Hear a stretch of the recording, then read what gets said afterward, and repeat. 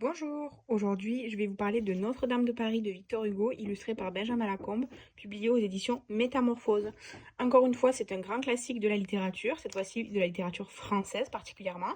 C'est donc l'œuvre de Victor Hugo du 19e siècle, euh, adaptée en roman illustré, avec chapitre par chapitre des illustrations, comme pour les autres. Attendez, vous en cherchez.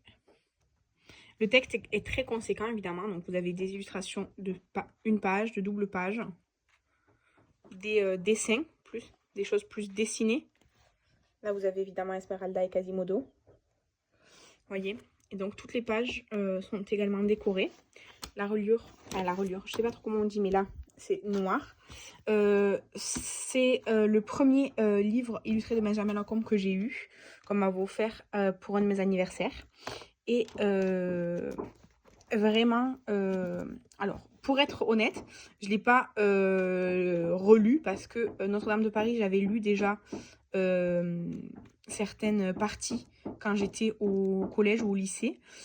Et je ne l'ai pas relu, je le garde plutôt dans ma collection que vraiment pour le lire parce que c'est pas vraiment le genre de littérature que moi j'apprécie.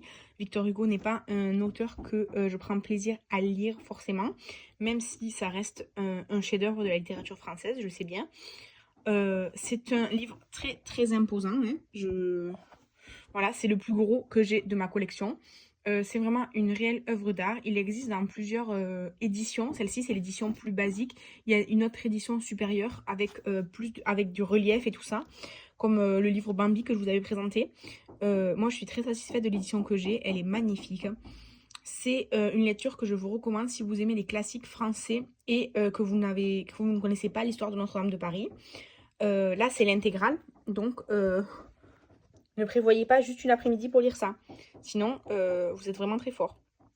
En tout cas, au niveau lecture, disons que c'est ce que j'apprécie le moins de ma collection de Victor Hugo, mais de Benjamin Lacombe, le texte de Victor Hugo, mais au niveau qualité du livre et des images, c'est vraiment un de mes favoris.